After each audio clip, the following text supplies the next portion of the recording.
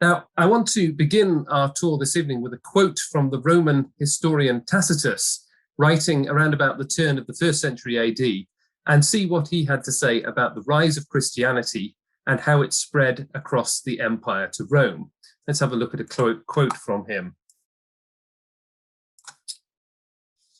He wrote, "Christus, the founder of the name, had undergone the death penalty in the reign of Tiberius by sentence of the procurator Pontius Pilate, and the pernicious superstition was checked for a moment, only to break out once more, not merely in Judea, the home of the disease, but in the capital itself, that is, Rome, where all things horrible or shameful in the world collect and become fashionable." So here's Tacitus writing around about the turn of the 1st century AD, perhaps 70 or 80 years after the death of Jesus. And notice that he's aware of a couple of things. Firstly, that there was this weird superstition going around during the reign of the Emperor Nero a few decades earlier in Rome. Now, that doesn't surprise him too much because Rome was full of weird ideas, and no doubt he expects it all to blow over fairly soon. Secondly, he knows that all of this started in Judea, was stopped, and then suddenly broke out again and got as far even as Rome. And thirdly, he knows that the founder of the movement was called Christus or Christ, and that he was executed by Pontius Pilate.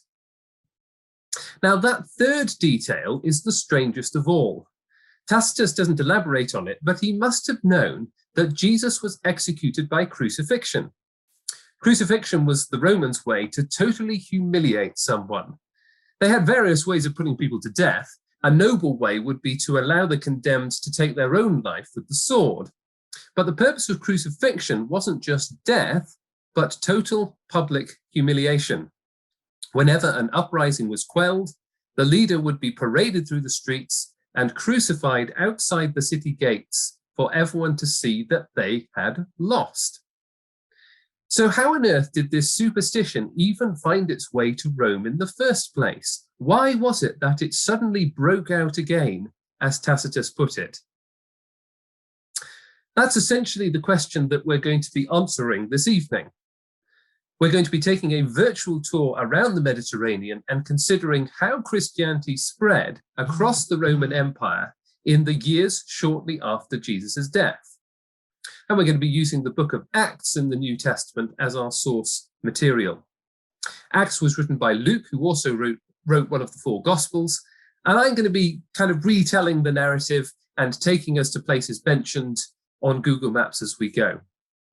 And we'll stop and look at sites of archaeological significance on the way as well. Now, our story begins here in Jerusalem, in the capital, around about 33 AD. And we're going to drop into the Temple Mount complex in the middle of Jerusalem. Here we are. This is the Temple plateau here, and the outer court would have run all the way around the edges here. We're going to drop in and have a look. See if we go. Oh, that was a little bit blue. Let's try a different one. Okay, here we go. So you get a sense of what it's like to stand in the outer court of the temple in Jerusalem. Of course, since then, the temple sanctuary itself has been destroyed and a Muslim shrine has been put in the place. But the plateau on which it stands is still original and would have been the outer court of the temple. To help you visualize that, I'll call up a picture of a model alongside as well. So there you go. You get a sense of what the temple itself would have actually looked like. Now, you have to imagine that many people are coming and going into the outer courts of the temple, and there's this long colonnade, a little bit like what we can see here, running along the side called Solomon's portico. And standing in the portico are 2 nutcases called Peter and John, who have gathered a crowd and are trying to convince them that a man who was crucified a few weeks earlier has been raised from the dead. It's all a bit of an embarrassing scene. Fortunately, the temple authorities move in swiftly, have the men forcibly thrown into prison, and disperse the crowd quietly. And that was the end of that. Thank you for joining this virtual tour this evening, and I hope you have a good weekend. Well, that's how it should have gone, isn't it? But as the religious authorities quickly discovered, this rumor about a man raised from the dead couldn't be squashed as easily as throwing Peter and John into prison. Let's back up a bit and set the scene. Jesus of Nazareth had been crucified a few weeks earlier, and unlike most other victims of crucifixion, who would normally just be thrown into a common grave, Jesus was placed in a rock-cut tomb at the request of a wealthy disciple of his, one Joseph of Arimathea. And we can see an example of the sort of tomb that Jesus would have been laid in, just north of the temple complex here. This isn't the tomb that Jesus was laid in, but it gives you a sense of what it might have looked like. So here we can see an example of a tomb cut into the rock face of the hillside. And you have to imagine that there would be a sort of, the ground would be cut down into a slope towards the opening here so that a large stone could be rolled in place for security. But 2 days later, 2 of his women followers had gone to the tomb and found that the rock had been rolled away and the body missing. They also claimed that an angel had appeared to them and told them that the body hadn't been moved or stolen, but that Jesus had risen from the dead. They ran back to tell all the other disciples, including Peter and John, who unsurprisingly didn't believe them at first. But shortly after that, those very disciples claimed that not only did they now believe the women, they had actually seen the risen Jesus with their own eyes as well, and that this had happened publicly and when they were together and on more than one occasion. Now, before I go any further, I just want to take a minute to explore that account that we found in all 4 of the Gospels in the New Testament, because it was the belief in the bodily resurrection of Jesus that was the driving force behind everything else that we're going to cover on this tour. To put it very crudely, the reason that Tacitus said what he said was because the first disciples believed that Jesus had been raised from the dead. So it's worth us taking a minute or two to understand what convinced them. Of course, to modern Western eyes, belief in the resurrection sounds superstitious and unscientific, and we might suppose that people in the first century were uneducated and a lot more gullible. But that's simply not the case. Jews in the first century in Jerusalem knew as well as we do that dead people stay dead. They were often more open to the supernatural world in other ways and believed in ghosts and spirits and angels and visions, but they didn't believe that resurrections would happen until the end of time. And therefore, if they saw something that looked like Jesus after his death, the natural assumption would be that it was a ghost or perhaps an angel. And yet none of the disciples thought that that's what they saw. They all reported that they saw Jesus bodily raised from the dead and that he had given conclusive proof to them. It wasn't a ghost, it wasn't an angel, it was a resurrected person. And bear in mind that these disciples had been in close company with Jesus for 3 years, so there's no chance that they would have mistaken him for somebody else. Neither did any of them think that they had gone mad or were hallucinating, because Jesus had appeared to them in groups, not just as private visions. Now, I'm saying all of this because it forms a key part of the historical core that explains the spread of Christianity. It was the belief in the resurrection of Jesus that injected the whole thing with the energy that it needed to get right across the Mediterranean in such a short space of time. Whether or not Jesus really did rise from the dead is impossible to prove, but it is unambiguous that the disciples believed that they met Jesus risen from the dead. You don't need to be religious to acknowledge that. That's just simply what the historical data shows. Now, Luke begins his account in the book of Acts, telling us that Jesus appeared to his disciples over a period of several weeks, with one final climactic appearance on the Mount of Olives. Mount of Olives is a hillside just to the east of Jerusalem where you get a good view out over the city and over the Temple Mount. So let's drop in there and have a look. If we go just east of the city here, this hillside here is the Mount of Olives. And you're going to have to imagine that it would be pretty rural and just covered in olive trees originally, although now it's quite well developed. But if we drop in here, that's not a very good view. Let's try again. Yeah, that's not bad. If you drop in here, you can see there's still a few of the original olive trees preserved, and you get a good view out over the city towards the Temple Mount. Now let's have a look at what Luke had to say.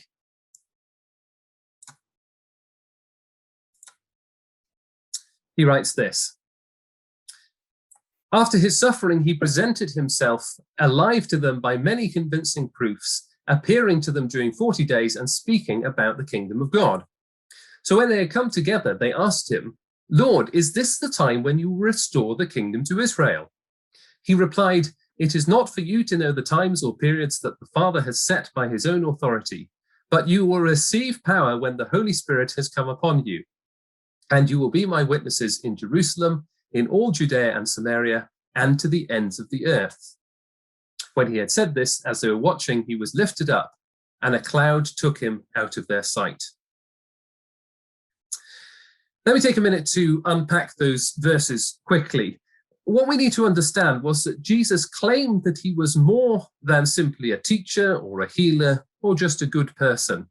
His central claim was that he was a king. In fact, that the Jews had waited for many years for this king, and he was that very king. Ever since God had brought them out of Egypt several centuries earlier by the hand of Moses, they believed that his basic plan was to make them into a kingdom that would one day take over the world, but not in a domineering, dictator-like way, in a way that brought God's goodness and righteousness and justice to the world. That's how the narrative of the Old Testament was supposed to go. But that story had gone horribly wrong. Rather than being a blessing to the world, they had become corrupted themselves. And God had exiled them from their land as a result and given them over to the foreign pagan nations around them. And that's the way that things had been for over half a millennium, even though they had physically returned back to their land. The Roman Empire now ruled the world, and they were waiting for God to come and put the original plan back on track. And so the first implication of the resurrection to the disciples was this: Jesus really was the king that they had been waiting for. His aim in life had been to establish God's new kingdom, and not even death could stop him. And that's the point that's being made with the bit about the cloud and Jesus ascending into heaven as well, in the bit that I just read. I know all that sounds a little bit wacky, but the point is that this is a literal enactment of an Old Testament prophecy about the king to come. The prophet Daniel had pictured the king who was coming to them as like one coming on the clouds to God's side and being given authority over the whole world. And now here is Jesus literally enacting that, so the disciples get the point. He has taken the highest seat of authority, and now the plan is to go to the ends of the earth and invite people to come and join his kingdom. Now, as with everywhere in the Holy Land, a church has been built on the site where tradition has it that this conversation actually took place. So we know it was up here on the Mount of Olives somewhere, but I'll show you the Chapel of the Ascension, which has been built here, which tradition has it has been built on the site. Here you go, complete with the original contactless payment device as well, no doubt. Now, we have no way of knowing, of course, other than the tradition, but it would, of course, have been around here somewhere on the Mount of Olives. Now, all of this is happening under the noses of the very religious leaders who put Jesus to death in the first place. No doubt they thought they were all settling back down to business as usual about 1 month after Jesus' crucifixion, when all of a sudden his disciples start reappearing in the temple, bold as brass, convincing many people that Jesus has been raised from the dead and therefore is the Messiah after all. And they're not dissuaded when they're thrown into prison. And so pretty soon a storm starts brewing. And by the time you get to chapter 6 in the book of Acts, one of the disciples called Stephen accuses the religious leaders to their faces for resisting God, just like their forefathers had done. And that becomes the breaking point. Stephen is stoned to death, and an organized persecution of the disciples begins as they are rounded up and thrown into prison. Sticking Peter and John in overnight didn't work. Now it was time to uproot the weed properly. which of course meant that the disciples had to flee the city and seek refuge somewhere safer. And one of them, named Philip, heads northwards towards Samaria, probably to a town which is now called Sebastia. Let me show you that. If we zoom out of Jerusalem here,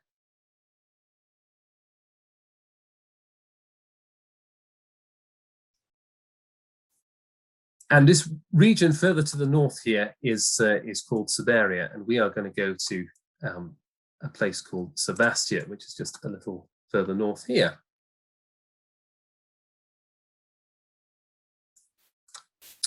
Now there's a good aerial view of the site of the city. Let me see if I can find that. Here we go.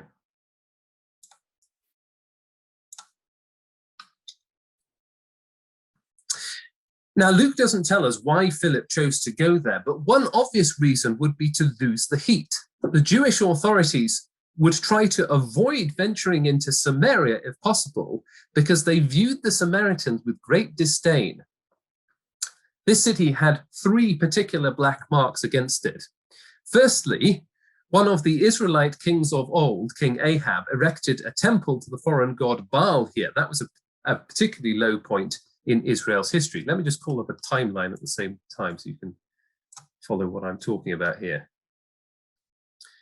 So firstly, King Ahab erected an altar to Baal. That was bad. Secondly, when Israel was exiled from their land a couple of centuries later by the Assyrians and the Babylonians, the land of Samaria became repopulated with a mixture of foreigners and Israelites. And the history is a bit complicated, but the net result was that the Samaritans of the 1st century AD were considered to be sort of hybrid Jews who had compromised and buried other nations. So that wasn't good either. And then thirdly, Herod the Great, the Jewish puppet king who was in charge when Jesus was born, had rebuilt the Acropolis here on the top of the hill and had made a temple dedicated to the Roman Emperor Augustus. He'd even renamed the city after him. Sebast is the Greek version of the name Augustus.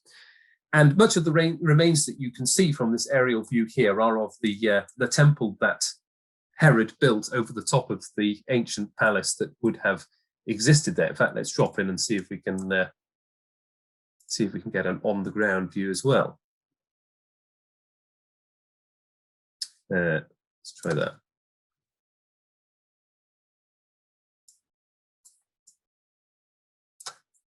Yeah, you can just see sort of a view down some of the remains there. Let me see if I can get a better one.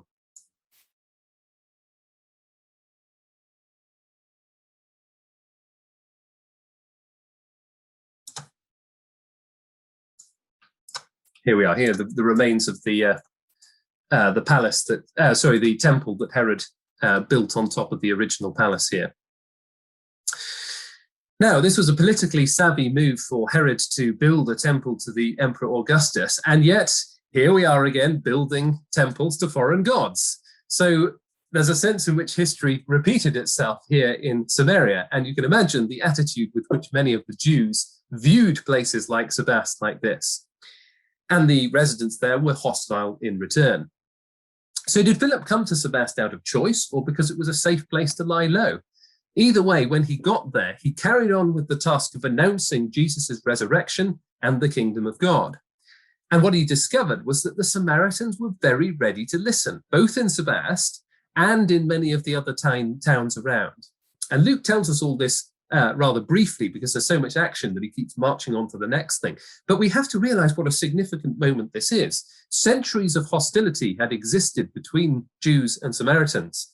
But now Philip was announcing that the real Messiah had come, that God had raised him from the dead as proof, and that he was inviting both Jew and Samaritan to come and join him.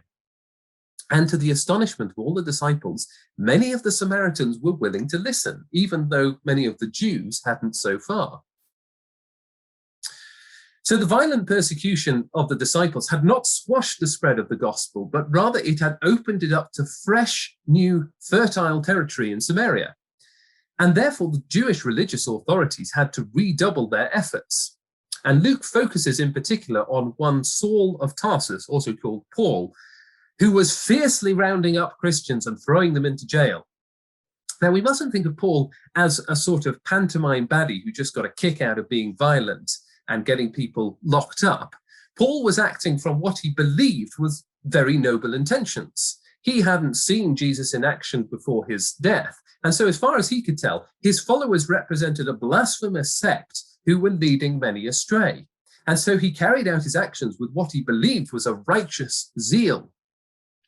And in Acts chapter 9, the high priest gives Paul permission to go to Damascus to root out any Christians who have headed up there. And if we zoom out on the map, we can see that Damascus is a large city much further to the northeast in the region of modern-day Syria. Here we go, up past the Sea of Galilee. And here's Damascus all the way up here. Now, the road to Damascus leads from the Damascus Gate in Jerusalem. There's actually a gate called the Damascus Gate. Let's just have a quick look at that.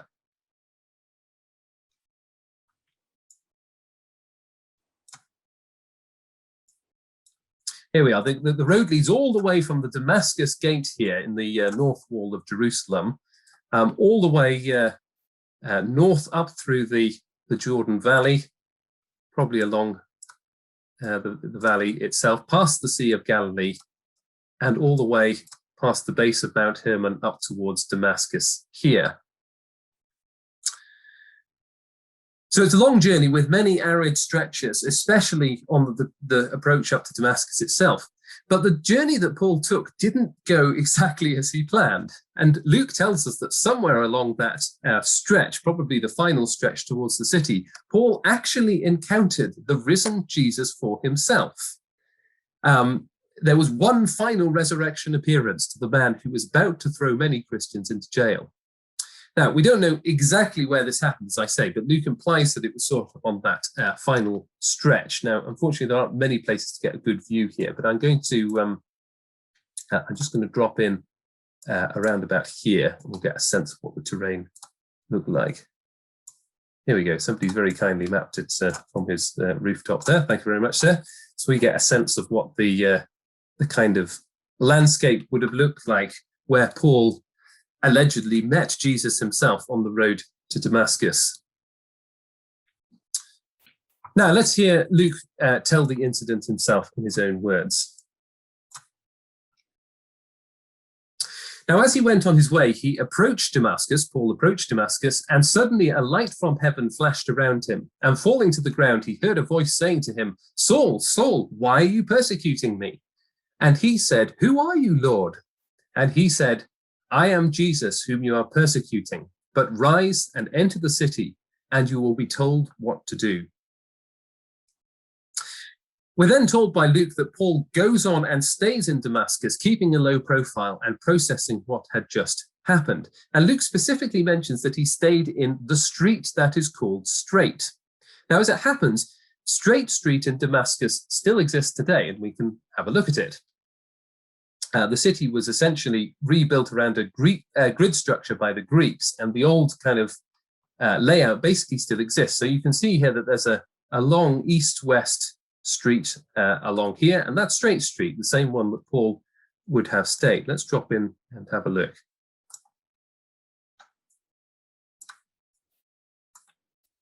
And in the Roman times, this would have been the major thoroughfare through the city, and you can actually see the remains of a column piece there. Let's have a look at another photograph alongside.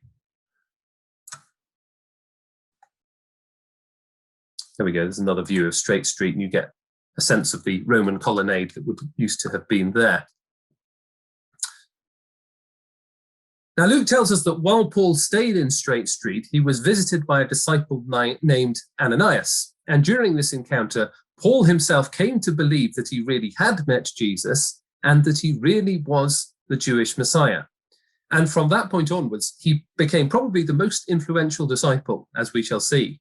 He stayed on in Damascus for a while, going to the synagogues to convince the Jews that Jesus was the Messiah. This, of course, much to the great confusion of the religious authorities in Damascus, who understood that he had been sent from Jerusalem with the explicit purpose of stamping that belief out. So it was a great surprise to them. Now, as with the resurrection appearances to the first disciples, You can see that the game changer for Paul of Tarsus was that he saw and spoke with the resurrected Jesus. This is what convinced him that Jesus was the fulfillment of all God's plans and purposes. And also, as with the first disciples, the resurrection appearance to Paul is not easily explained away. In fact, if anything, the evidence is stronger. For a start, something must have compelled him to completely turn his life around. And it certainly wasn't a good career move, because he quickly went from being a highly respected Jewish Pharisee to getting a death sentence during his time in Damascus. But furthermore, we're in the fortunate position that we even have first-hand evidence from Paul himself. In his letter to the Galatians, for example, he tells his version of the event. And similarly, in his first letter to the Corinthians, in his first letter to the Corinthians, he mentions all those to whom Jesus appeared, including himself, in that list, and that this is public knowledge. And so the key point here is to understand that the reason that Paul went from being a persecutor of the church to one of the most influential disciples was, in his own words, because he believed that he had met Jesus risen from the dead, just as with the other disciples. Now, Luke tells us in chapter 11 that the persecution of the disciples that started in Jerusalem and led Philip to Samaria led others further afield, and some settled in Antioch, which is much further north in modern-day Turkey and is called Antakya nowadays. Let's go and have a look at ancient Antioch.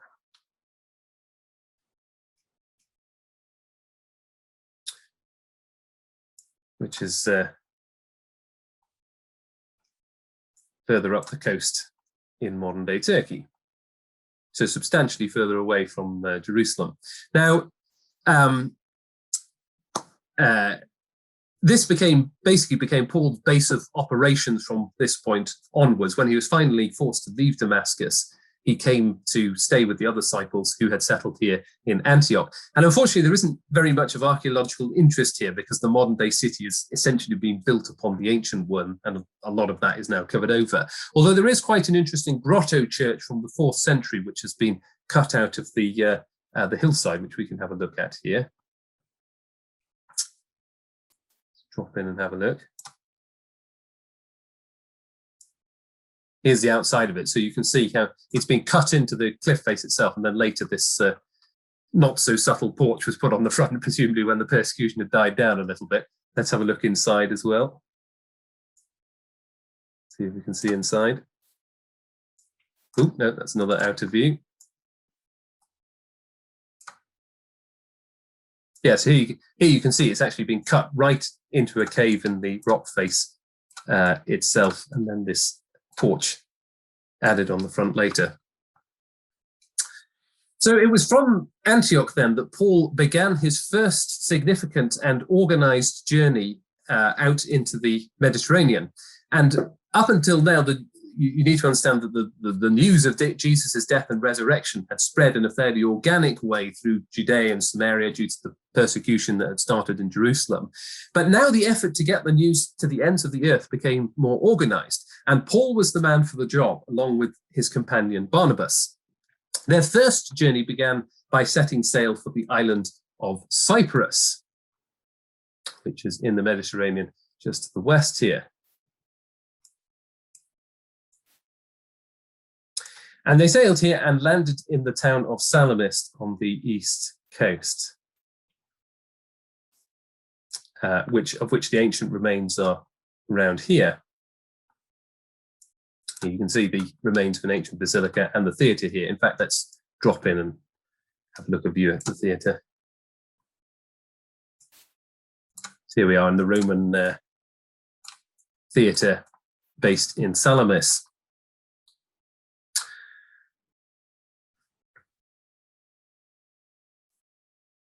Now, you might imagine that Paul and Barnabas were venturing out into a world that was completely alien to them and kind of starting from scratch. They were going and preaching a totally new message to the Greeks and the Romans out there. But it wasn't really like that, because ever since the Babylonian exile, the Jews had been displaced to all sorts of places around the known world.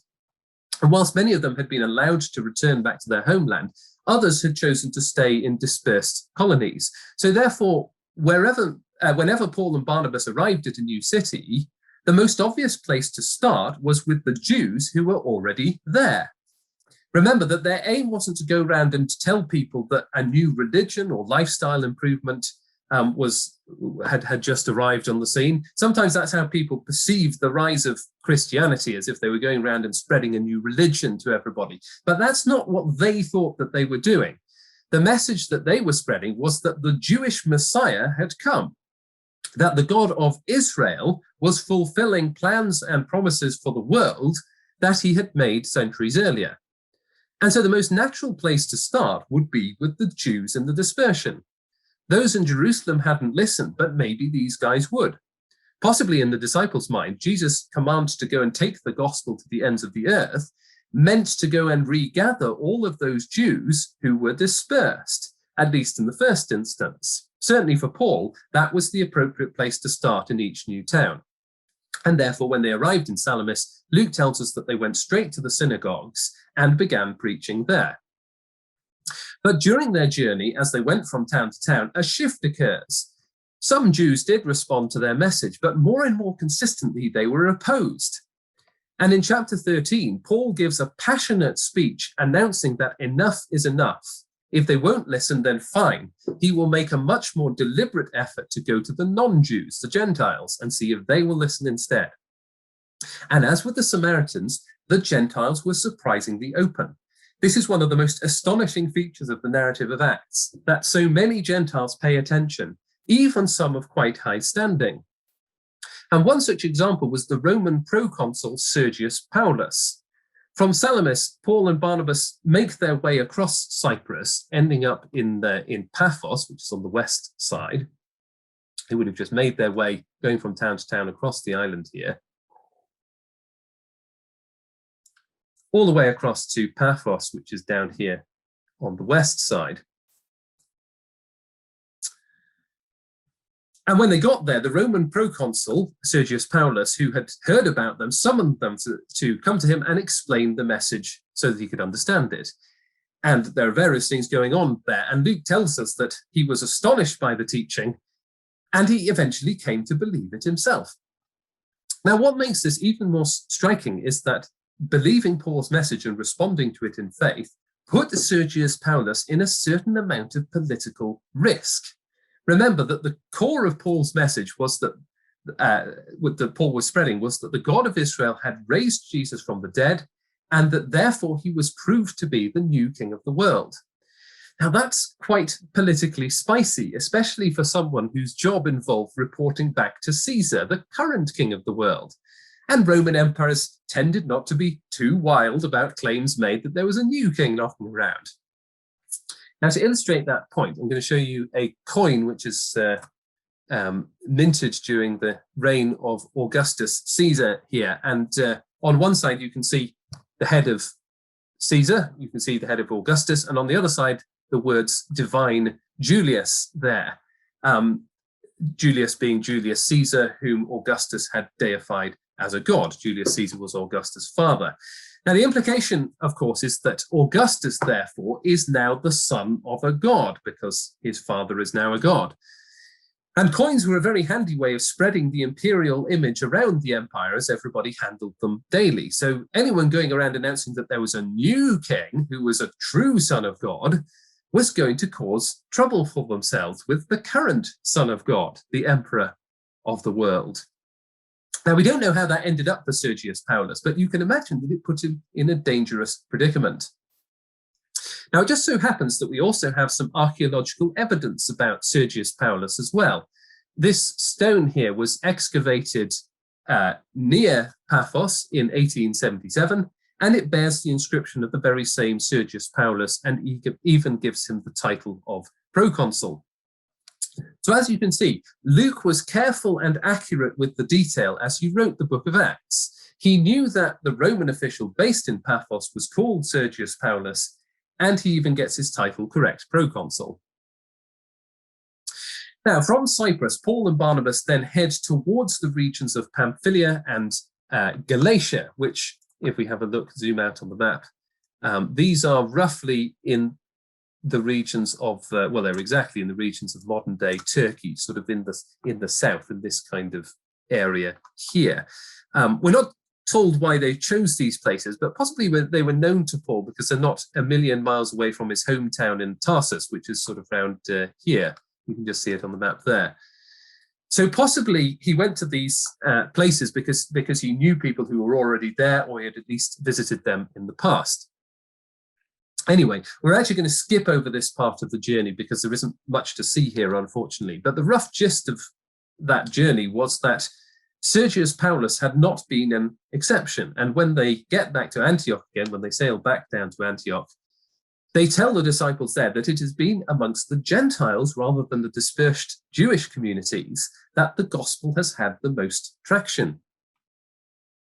So Paul and Barnabas return back to Antioch for a time, after which Paul then decides that he's going to go on another journey. And initially the plan had been to go back through the regions of Pamphylia and Galatia that he'd already been to visit the churches there again, this time with a different travel companion, Silas. But they ended up venturing further west as well. And when they got as far as the west coast of Turkey, round here in Troas, they probably planned to set sail and go back to Antioch again after that. But Paul has a vision while he's in Troas, compelling him to go on to Macedonia across the sea, which is now in a region of modern-day Greece around here. So they keep heading west. And the first major city that they come to in Macedonia is Philippi. Let's see if we can zoom in and find Philippi.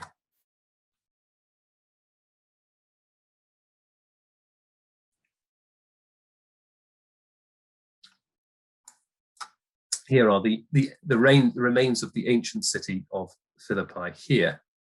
And let's see if we can get a good view.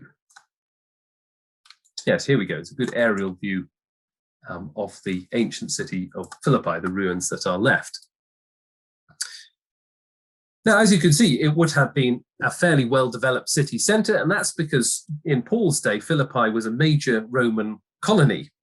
And while they were staying there, a public accusation was made against them. Up until now, hostility had tended to come from other Jews, but this time it was from some of the Romans who accused them of advocating unlawful customs.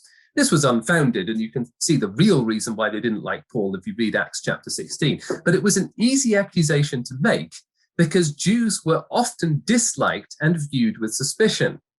And so Paul and Silas were flogged publicly and then thrown into jail without a trial.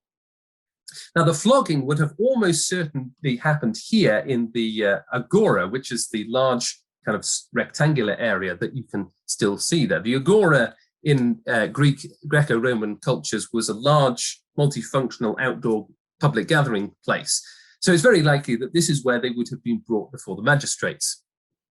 Now, as for the prison, we have no idea exactly where it was, but there is an ancient prison which has been located just kind of behind these trees here. Let's have a drop in and actually have a look.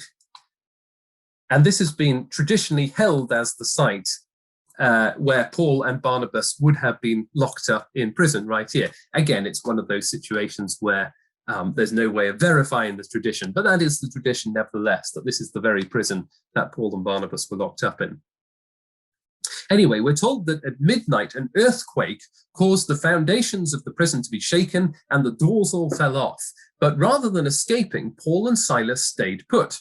Now, part of the reason for this was probably because they knew that they would be acquitted on account of being Roman citizens as well as Jews, which the magistrates hadn't realized the day before.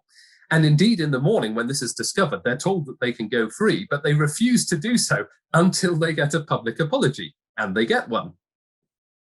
The whole thing, though, is one of those curious little incidents in a narrative full of twists and turns, where they also manage to save the life of the jailer along the way, who then in turn listens to what they have to say, and he becomes a Christian as well. Now, we only have Luke's account of the narrative, but one piece of additional data that strengthens the case that the earthquake really happened while Paul and Silas were in prison is that earthquakes were not uncommon in the area. In fact, part of the reason why Philippi dwindled from being a major city and was eventually abandoned, in fact, you can see how it's all been abandoned and a more recent civilization built up to the west here. Part of the reason for that was because in 619 AD, the city was almost completely destroyed by an earthquake and sort of never really properly recovered after that point. So from Philippi, Paul and Silas then journeyed on west to Thessalonica. And unlike Philippi, Thessalonica has remained in the same place, and the city's sort of been built over the top. In fact, perhaps some of you have been on holiday there before. Here we are in Thessalonica. But fortunately, the ancient agora has been preserved. I'm just going to, it's a bit tricky to find, so I'm going to find it.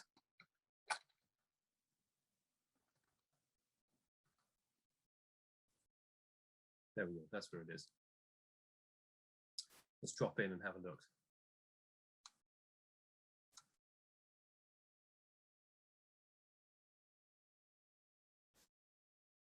So here you go. Fortunately, the ancient agora in Thessalonica has been preserved, and you can see it here in this picture. Now, as usual, Paul went to the synagogue to preach first, and yet again a storm broke out with Jews. This was a particularly violent encounter, as some of the Jews stirred up a mob riot with other citizens in the city. And they weren't able to find Paul, so that they seized a man named Jason instead, who was Paul's host, and brought him before the city authorities. And as in Philippi, that would have almost certainly happened in the agora, as you see before you. And they knew exactly how to press all the right buttons. As I mentioned before, Paul's message was politically spicy because he was saying that Jesus was now the king of the world rather than Caesar. And sure enough, the Jews in Thessalonica capitalize on that, and they accuse him of not being loyal to Caesar. Now, there's one other piece of noteworthy detail relating to Thessalonica that I want to cover before we move on, because Luke refers to Jason being taken before the city authorities, which sounds like a rather general term in most English translations, but the word in the original Greek is more specific. It's politarchus, which means ruler of the citizens. And it was a title used in Macedonian cities in particular, and chiefly in Thessalonica. For example, we have an inscription from a Roman arch taken from Thessalonica, now housed in the British Museum. This is from a 2nd century Roman arch. And it mentions several officials of the city and refers to them as politarchs, which just goes to show again the level of specific accuracy of Luke's account. This doesn't prove that everything that he says is accurate, but it does give us yet another instance where specific references are then backed up by archaeology. And that makes the rest of the account more believable. If he's careful with these sorts of details, he's probably been careful with the rest as well. Now, there's one other feature of this inscription that is interesting, which is that 4 of the 6 or 7 names listed as politarchs on this inscription also appear in the New Testament: Sosipatros, Lucius, Secundus, and Gaius. Now, they're not the same men, of course, but it does show that those who are named in the New Testament have the sorts of names that you would expect to find in these sorts of regions. Gaius was a popular Roman name. Sure enough, we have a Gaius here in the inscription, and we have a Gaius hanging out in the sort of places you expect him to in the New Testament. And quite extensive research has been done to show that that's consistent across the New Testament as well. The characters that appear have the sorts of names you'd expect them to have given where they live.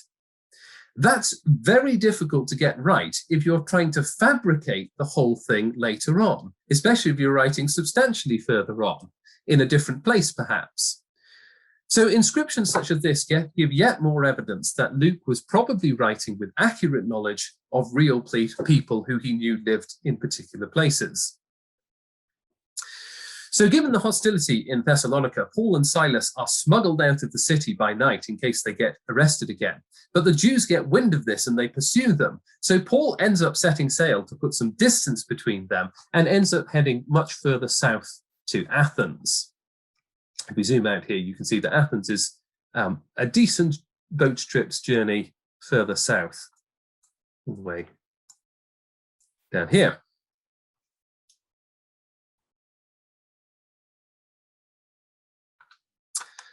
Now, as many of you probably know, Athens was also the melting pot of discussion and philosophy in the ancient world, or at least I'd like to think that it was.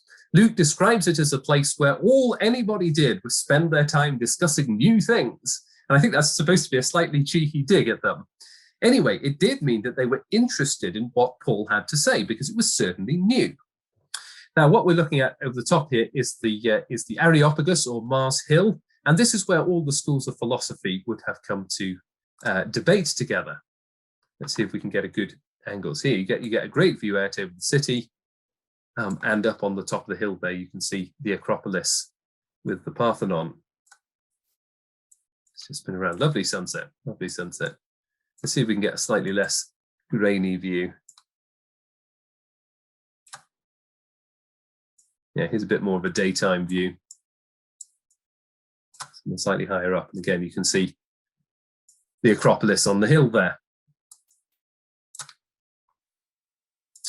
And let's show a couple of statues. These are statues taken from the Acropolis of the famous philosophers whose schools came and met in the Areopagus to debate. So this is where Paul would have been, was brought to tell them about his gospel message here on the Areopagus. Now, because Paul had been raised in Tarsus, which was part of the Hellenistic world, he was familiar with Greek philosophy. And so he presented his message with a basic observation about them, which was that they were always fascinated with learning, but never sure of the truth. And he points out to them that they have many religious artifacts and objects, even an altar to an unknown God. Now, sadly, the altar that he's referring to is lost now, but we have another example there, put a photograph here, from the Palatine Hill in Roman of an altar to an unknown God. So maybe it would have looked something a little bit like that.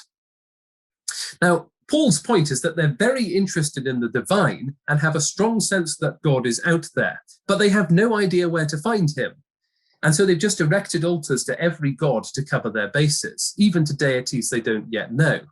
And the basic gist of the message that Paul gives them is, well, now's the time to find out. He's made it clear by raising Jesus from the dead. Now, this got a mixed reception. Plenty of the philosophers just simply laughed in his face. Note just in passing that Luke isn't at all embarrassed to tell the reader when those listening to Paul think that he's talking rubbish, even about fundamentals such as the resurrection. This is not a whitewashed piece of writing where Paul has success wherever he goes. Luke is sometimes accused of exaggerating his accounts, and it's certainly possible that he includes hyperbole at points, but notice that he's also quite prepared to tell us the underwhelming occasions as well, which again all adds to the believability of the accounts. So plenty of the philosophers simply laughed in Paul's face, but some were keen to hear him again. Even at the Areopagus, the center of thinking in the ancient world, the gospel had sparked some interest. Now, from Athens, then, Paul heads further west to Corinth, which is, zoom out a bit, we can find a little further west. Ooh, over here.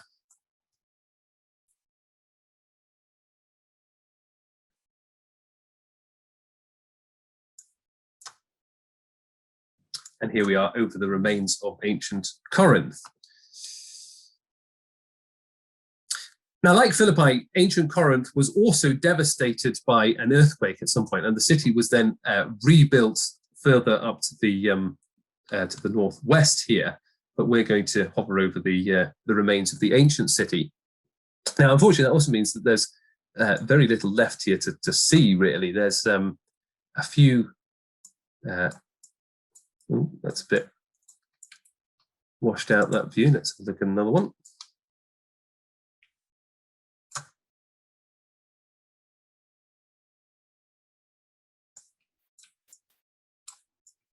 Yeah, unfortunately, there's not a lot left that's worth seeing. There's a few columns standing here of an ancient temple to Apollo, and not a lot else remains, unfortunately. However, somebody has, I've discovered, made a 3D model of what it would have felt like to stand in the agora in ancient Corinth. So that's have a quick spin around, look at it. I think they've exaggerated the sense of scale here. The depth of field a little bit, so it makes it feel a lot bigger than it really was. But you still get a sense of the grandeur of the buildings and what it would have felt like to have stood in the Roman Forum. which is another, the Roman word for the agora.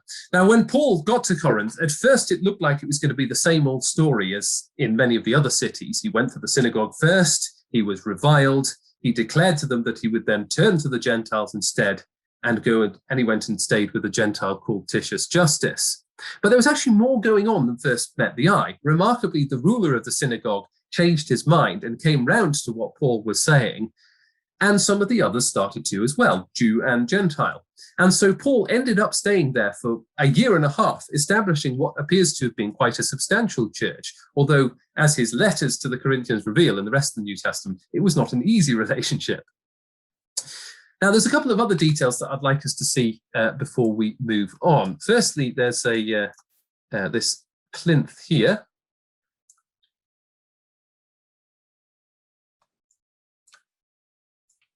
You can see here that there's remains of a sort of small plinth there with a few columns on top of it. That's the ancient bema, or judgment seat, as it's called. And Luke tells us that at one point in Corinth, the Jews bring Paul before Gallio, the Roman proconsul here. And this is where this would have happened, on the judgment seat here. This detail is also quite helpful in dating the book of Acts, because we know from other Roman sources that Gallio was the proconsul of the region from 51 to 52 AD. The other piece of interest is a particular stone that is lying in the ground, just slightly to the northwest here.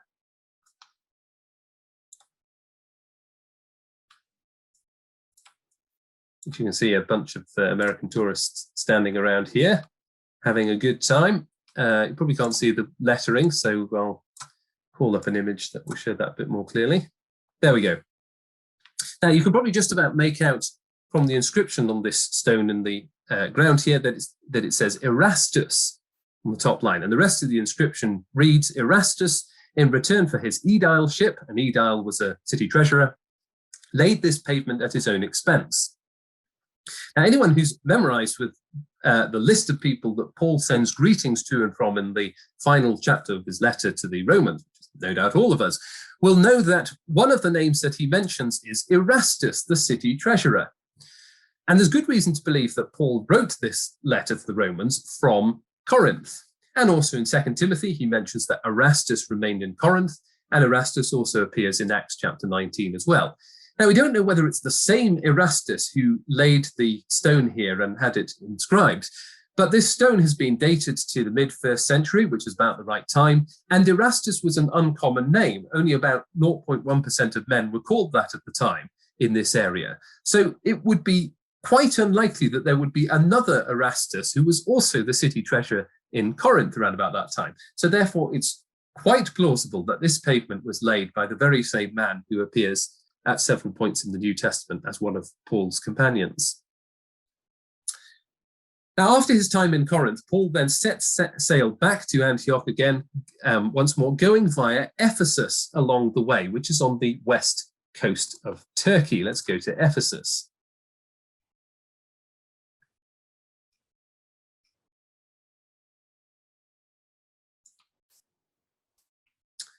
Here we are. We can zoom in on Ephesus, which is just up around here.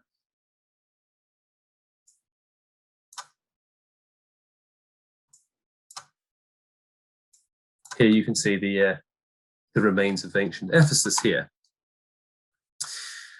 Now, this was only a short stay, but his words had some traction with the Jews in Ephesus and in the synagogue there, and they asked him to stay longer. So having recharged back in Antioch, he then set sail once more, passing through Turkey, visiting the churches there along the way, and coming to Ephesus for a much longer stay, for about 2 years. Now, Ephesus was the main city of Roman Asia, modern-day Turkey, and boasted many fine public buildings. Unfortunately, the ruined remains of ancient Ephesus have been well preserved. In fact, this is the only part of the tour that I have physically been to myself, so I can vouch for it if you ever get to go there on holiday. Let's drop in and have a little look around. First of all, they preserved some of the terraced houses. Let's drop in and have a look. Here you go, you get a sense of what it actually looks like to to stand in amongst the streetscape. Let me see if I can get a slightly different view of that. Yeah, here we go. You can even see into some of the houses and the mosaic floors and so on. You get a sense of what it would actually be like to live in Ephesus. It's very impressive if you get a chance to go there. And then furthermore, they've got the facade of the public library is still well intact. You get a sense of the grandness of that building. So you get a flavor just from some of these remains that are left of what kind of a place Ephesus was like. However, the most magnificent structure in Ephesus was not the temple here, but the spectacular temple of, sorry, not the library here, but the spectacular temple of Artemis, which was one of the 7 ancient wonders of the world. And it was the pride and joy of the city. And also, sadly, it's the bit that has been least well preserved. I'll go and show you the site, but unfortunately, it's a brace yourself for disappointment. Here we go. Here's the site. Yeah, basically all that exists on the site still is the remains of 1 or 2 columns and a duck pond. So a bit disappointing, I'm afraid. However, I did find an image of a model that has been made by a nearby museum. So you get a sense of the scale and grandeur of what the Temple of Artemis would have originally been like, and you'll have to use your imagination to put it on the site there. It was destroyed by the Goths in 263 AD.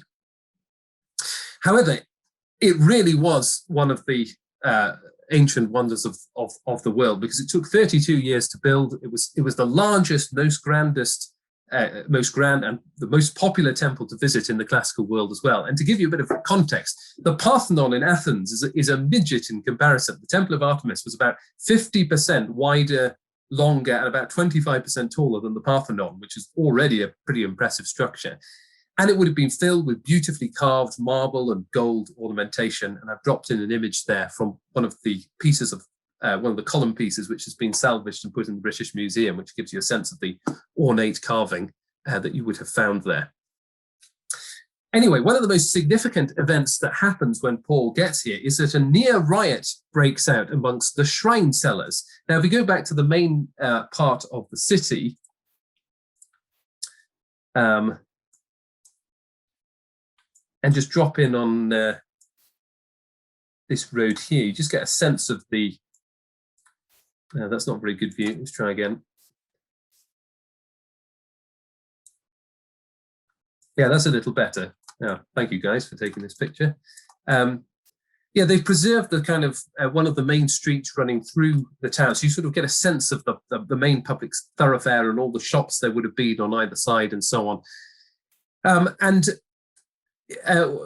You have to mention that many of these shops here would have been selling the equivalent of merchandise associated with the worship of Artemis at the temple.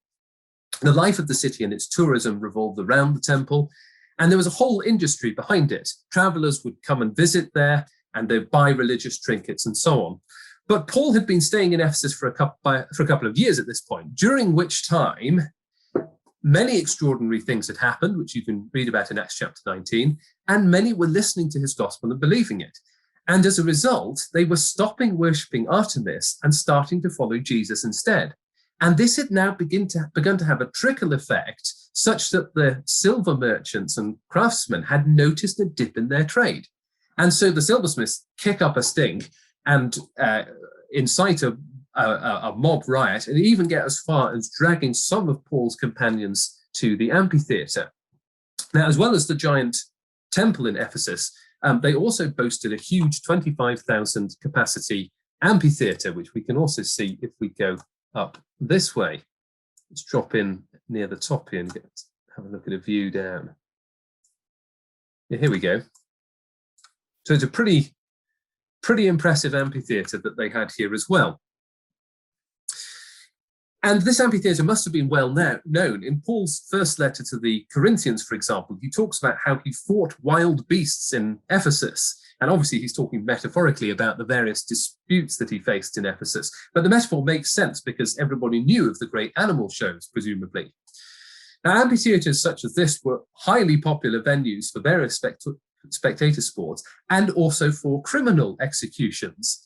The philosopher Seneca describes watching a mass execution of criminals during the lunch break at a day at the games. Roman culture was so close to us in many ways, and yet so far away in other ways. You know, we have the adverts at the halftime break. They had criminal executions while people filed in and out to get a hot dog. So dragging Paul's companions off to the amphitheatre was probably a mob action to bypass the courts and to try and get them executed as criminals on the spot.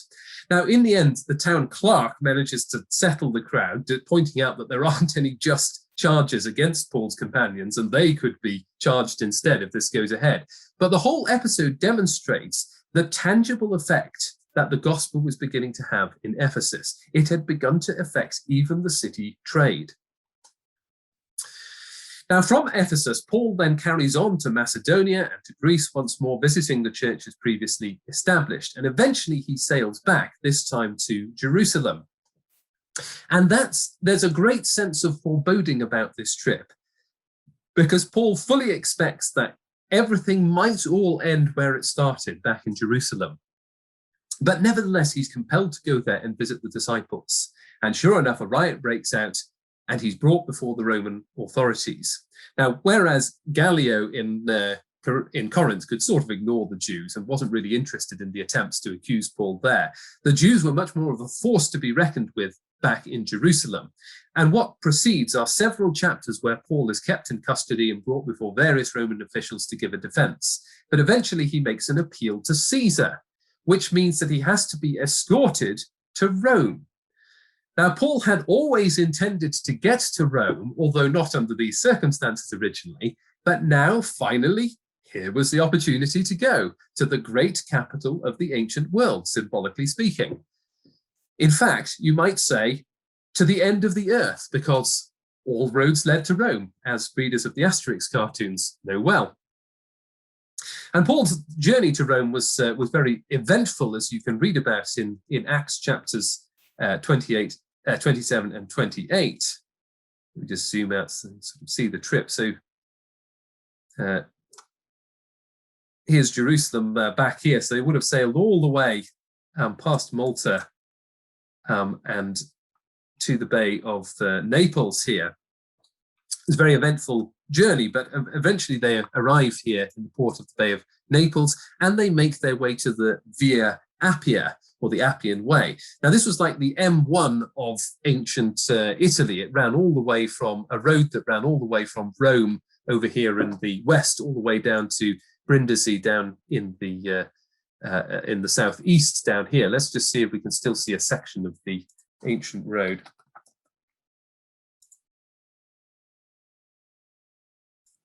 Here, you can see from the aerial view this long straight road running down here, and this was the ancient Appian Way. Let's drop in and have a look at it.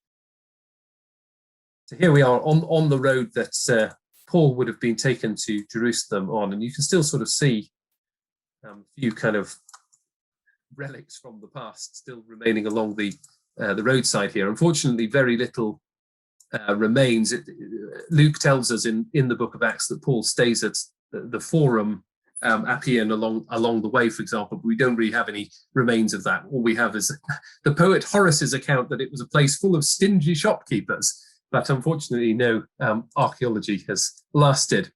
However, eventually they get to Rome and to the city centre, and Paul would have almost certainly been taken to the Castra Praetori, which was the Roman barracks. Let's see if we can find that. Here we are in the city centre of Rome. And this area here roughly is where the Castra would have been. Let's drop in and we can still see an example of the walls on the outside. Yeah, so here we go. These are actually the ancient walls of the Castra Praetoria, which is where the military barracks would have been held. And you can kind of see the outline still of an old city gate, which has been filled in by brickwork there. So you have to sort of imagine Paul in behind there. Now, he was still under custody, of course, while he was there and waiting to see the emperor, but he was given a certain amount of freedom as well. So he was allowed to be visited by others.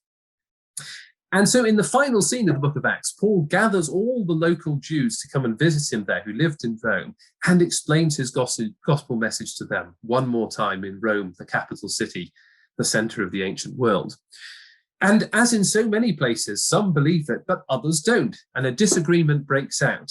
And the book ends with him quoting from the prophet Isaiah, a line about how God's own people will be blind to his message when it comes to them. And one last time he rebukes them for it and announces that he will tell it to the Gentiles instead, and that they will listen. And so the final line of the book of Acts ends on this sort of bittersweet moment with Paul proclaiming the kingdom of God without hindrance for 2 years, even though he's under custody. And yet the immediate context is that so many of his own people have not believed it once again.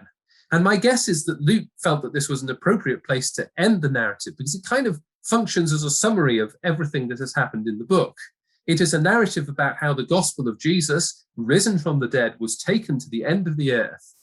But as you've seen, that's a story with two sides to it. It is both a story about belief and about unbelief. It is a remarkable account of how so many Greeks and Romans and other nationalities who had no prior vested interest in the God of the Jews came to believe that Jesus was their king as well. But it is also an account of how few of the Jews in the dispersion came to believe it, even though it was supposed to be the fulfillment of their own story. And so for the Apostle Paul, this was really something that he agonized with his whole life. On the one hand, the amazing discovery that the Gentiles were listening, and on the other hand, his deep sadness and frustration that his own people weren't seeing what he believed was the fulfillment of all their hopes. In chapters 9 to 11 of his letter to the Romans, for example, he wrestles with this very issue. But that's where Luke ends the story, in the Castra Praetoria here, in the prison in Rome, with so many unanswered questions. But to finish with on this tour, I'd like to end on a positive note by showing you a piece of graffiti that was scratched on a plaster wall in Rome, perhaps about 150 years later or so. Let me show you that. And the drawing depicts a crucified man with a donkey head and another man with his hand raised towards him. And the writing reads, "Alexamenos worships God." As no doubt you've probably guessed, the man on the cross is probably Jesus, which makes this the earliest known depiction of him, in fact. And Alexamenos must have been a Christian living in Rome around 200 AD. And the artist has drawn this spiteful little cartoon to mock Alexamenos, because of course only an idiot would worship a man who was crucified. But I think that if the Apostle Paul had seen this, he would have wanted to have it framed and put in his living room for all to see, not because it shows Jesus as a donkey, but because it shows that 150 years later or so in Rome, the Gentiles were still worshipping him despite all opposition. And he would have been delighted to have seen this piece of art, because here is the visual evidence of his final words in the book of Acts. "Let it be known to you that this salvation of God has been sent to the Gentiles, and they will listen." That's the end of our tour this evening. Thank you very much for joining us. I hope that you had a good time.